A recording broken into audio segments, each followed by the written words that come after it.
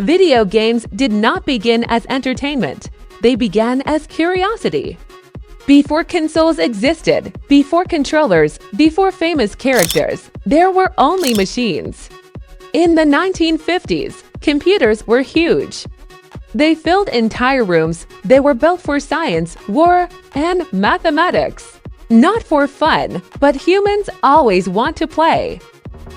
In 1958, a physicist created a simple game. It was called Tennis for Two lines, one dot, nothing more.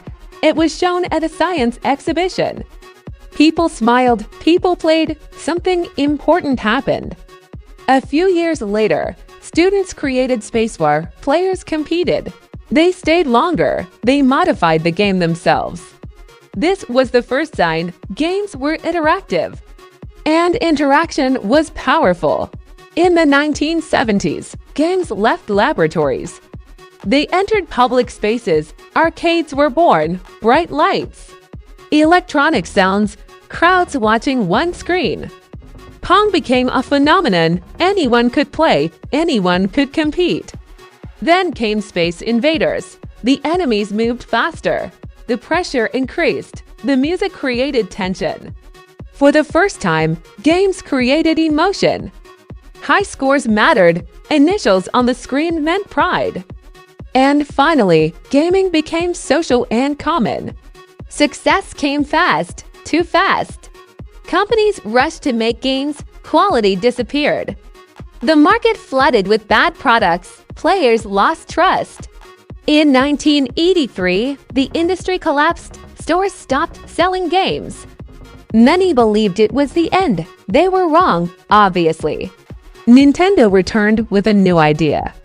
Quality first. Games had rules. Games had standards.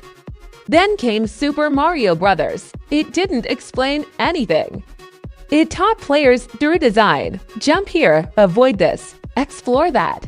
For the first time, a game felt like a journey. Characters became icons. Music became memorable. Worlds felt alive. Gaming was reborn and made everyone feel its presence. Technology improved. So did ambition. Stories became longer. Characters became deeper. Genres were defined. Role-playing games told epic tales. Fighting games created rivalries. Shooter games increased speed and intensity. Final Fantasy, Zelda, Doom, Metal Gear Solid. Games now had voices, themes, messages. Players didn't just play, they connected. The move to 3D was risky.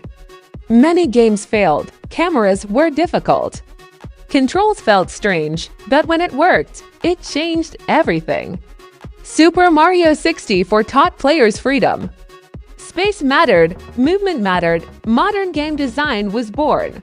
The internet changed gaming forever. Players connected worldwide. Competition became global. Online shooters grew fast. MMORPGs created digital lives. Avatars became identity. Guilds became communities. Games were no longer lonely. Developers grew bolder. Games explored war, loss, morality, choice. Decisions mattered.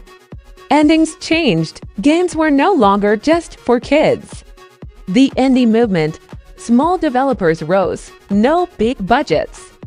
No massive teams, just ideas. Indie games proved something important. Emotion matters more than graphics. Creativity matters more than realism.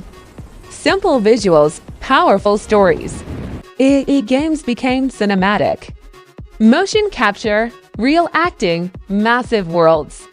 Streaming changed everything. People watched games, they shared moments. Sports turned play into competition. Gaming became culture. Today, video games are everywhere. They teach, they connect, they inspire. Virtual reality is growing. Artificial intelligence is evolving. Players help shape worlds. Stories change with choice.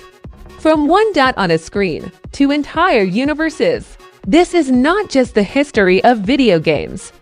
It is the story of human imagination, and it is still being written.